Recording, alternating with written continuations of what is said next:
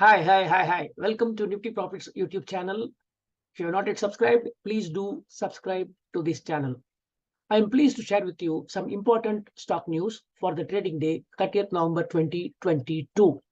Some of these news can have impact on the stock prices of the shares for which the news is being shared, and please be prudent while trading in these stocks and consult your financial advisor before taking a trading decision. I'm just sharing this news for information purposes. Okay, first, Dhanlakshmi Bank. MS Param Value Investments has acquired 15 lakh equity shares or 0.6% stake in the Dhanlakshmi Bank company at an average price of 15.96 per share. The stock surged nearly 9% to close at 16.25 on Tuesday. You have to see whether there is further momentum in this stock because of this news. Please note that already the share has moved up 9%. Zomato Limited. Sources have shared with the CNBC TV 18 that Chinese commerce giant Alibaba Holding is looking to sell a 3% stake in the food delivery startup. Of course, Zomato, you cannot anymore call it as a startup. It's a listed entity with a lot of business. It may not be yet fully profitable. Okay, coming back to the news.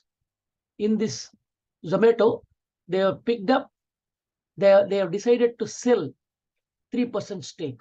So as part of a 200 million block deal on November 30. So today they will be selling to the extent of $200 million worth of shares in the market through a block deal. It means an existing investor is exiting the company to the extent of 3%, which may be kind of negative for Zomato stock. This is my interpretation. Gland Pharma.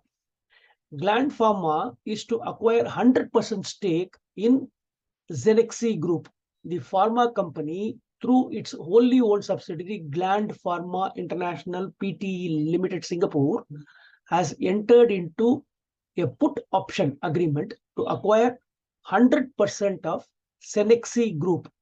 Cenexi Group will be acquired for an equity value up to 120 million euros.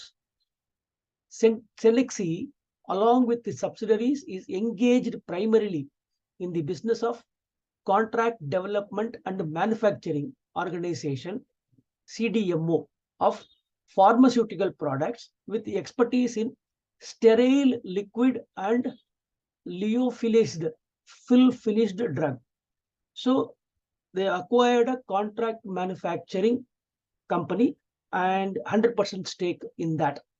So it could be positive for Gland Pharma, and it is to acquire. It is not yet acquired. Maybe there may be a lot more process involved, like due diligence, valuation, so many things will be involved. But currently, they have got an option to buy this company because it says it's a entered into a put option agreement. Okay. So maybe if they find things are not okay, they may even withdraw from this offer. But what I feel is that having gone this far, they may try to get a better valuation to buy this company. Green Panel Industries. Green Panel Industries is to wind up a subsidiary in Singapore. The company said its board of directors approved the winding up of wholly owned subsidiary Green Panel Singapore Pte Limited. The board also approved write-off of the investment in the subsidiary to the extent of impairment of the asset due to accumulation of losses of the subsidiary.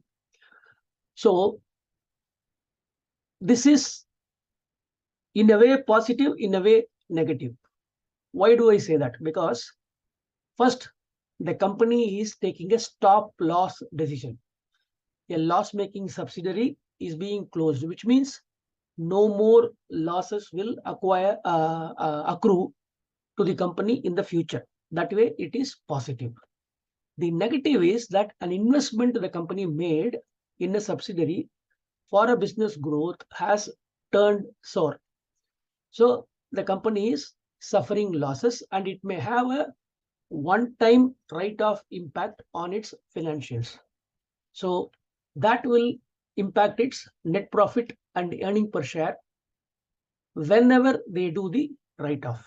So there may be still legal processes involved to close down the subsidiary legally in Singapore. Whenever it happens, or maybe the auditors will require the company, because you already taken the decision, please make the provision for the entire subsidiary related losses in the current financial year itself. So as such, on the long term, it is a good news. For the short term, for the current year's profitability, it may be a negative.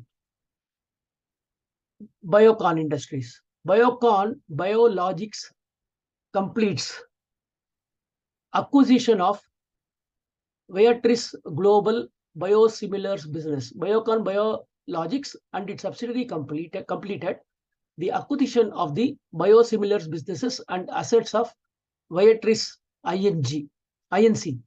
Biocon subsidiaries acquired businesses through purchase of 100% stake in Biosimilar Newco, BNCL, a company incorporated in the United Kingdom, and subscription to 100% stake in Biosimilar Collaborations Ireland, a company incorporated in Ireland.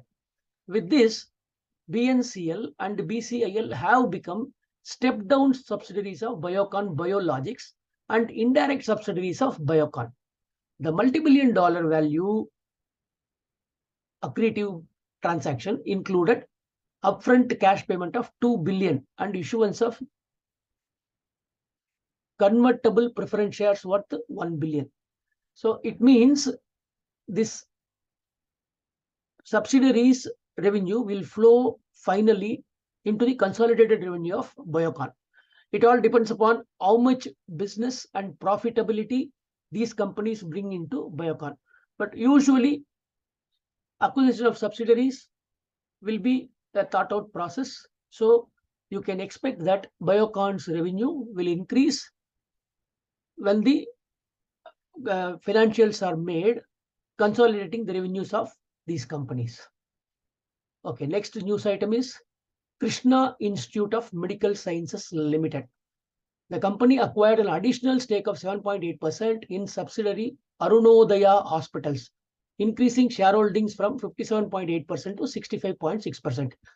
This means the consolidated revenue minus the outsiders' stake will increase for Krishna Institute of Medical Sciences. Why? Earlier, they had only 57.8% stake, and now they will be having 65.6% stake. So up to 7.8%, the consolidated revenue will increase. Similarly, the balance sheet size also will increase to the extent of the additional stake acquired by this company. Then IDFC. SEBI has approved change in control of IDFC mutual fund. Market watchdog SEBI has approved the change in control of IDFC mutual fund in April 2022. The board of directors of IDFC and IDFC Financial Holding Company had approved the divestment of IDFC Asset Management Company and IDFC AMC Trustee Company to the consortium. The consortium comprised Bandhan Financial Holding, Lathe Investments Pte Limited, affiliate of GIC, Tangerine Investments, and Infinity Partners, affiliates of Chris Capital. So what does it mean? Already they had taken a decision to divest from IDFC Mutual Fund and the trustee company. Now, approval has come from the SEBI.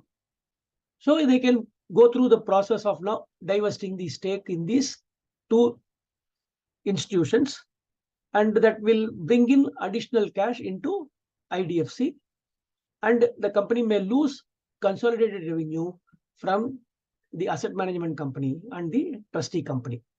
Okay, Bharat Bijli. LIC of India has offloaded 2.15% stake in Bharat Bijli via open market transactions. With this, LIC shareholding in the company reduced from 4.54% from 6.69% earlier. So what does it mean? LIC has divested the stake to the extent of 2.15%. So its holding in the company would have reduced. Assuming the cost of acquisition for LIC for these shares are much lower, because LIC usually has invested much early stage in many of the companies, this will be a revenue accretion for LIC India. It may not have a big impact on Bharat Bijli because the shares have already been sold. The impact has already come in the share price of Bharat Bijli. But for LIC, there will be a capital gains income in its financials on the shares that they have offloaded. We have to also see how they have treated the shares in their books. So if they had already considered the mark-to-market impact, if there is a mark-to-market gain during the current year, that will be revenue accretive for LIC and its profit may increase on this basis. Next news item, Inox Green Energy Services. Inox Green Energy Services initiates strategic action to deleverage its balance sheet. Inox Wind and its subsidiary Inox Green Energy Services, as part of the strategic initiative to deleverage their respective balance sheets, have recently paid rupees 250 crore and rupees 161 crore, aggregating to 411 crore towards reducing their debt. Consequently, the corporate guarantees given by Gujarat Fluorochemicals have also got reduced, so that to that extent, both the companies are in the process of further reducing their debt in due course. So a debt reduction is generally good for any company, because as they deleverage, the debt burden on the balance sheet comes down and interest cost charged to their P&L comes down, and that would help the company to increase their profit. So respective balance sheets, 411 crores have been reduced in the subsidiaries. So the consolidated revenue can go up. Last news item, Usha Martin Industries. Promoter Peterhouse Investment has offloaded 2.5 lakh shares in Usha Martin. And what will happen is, it is 2.5 lakh shares is 0.08%, not a very substantial percentage, has come down in Usha Martin. The transaction has happened already on November 29th. With this, the shareholding of the promoter Peterhouse has reduced to 1.13% from 1.21% earlier. It is not a very significant news, according to me, to impact the share price of Usha Martin, especially because the transaction has already taken place. I hope you find all this news useful for you to make an informed trading decision. Please do trade carefully and ensure that you protect your capital before you make profits.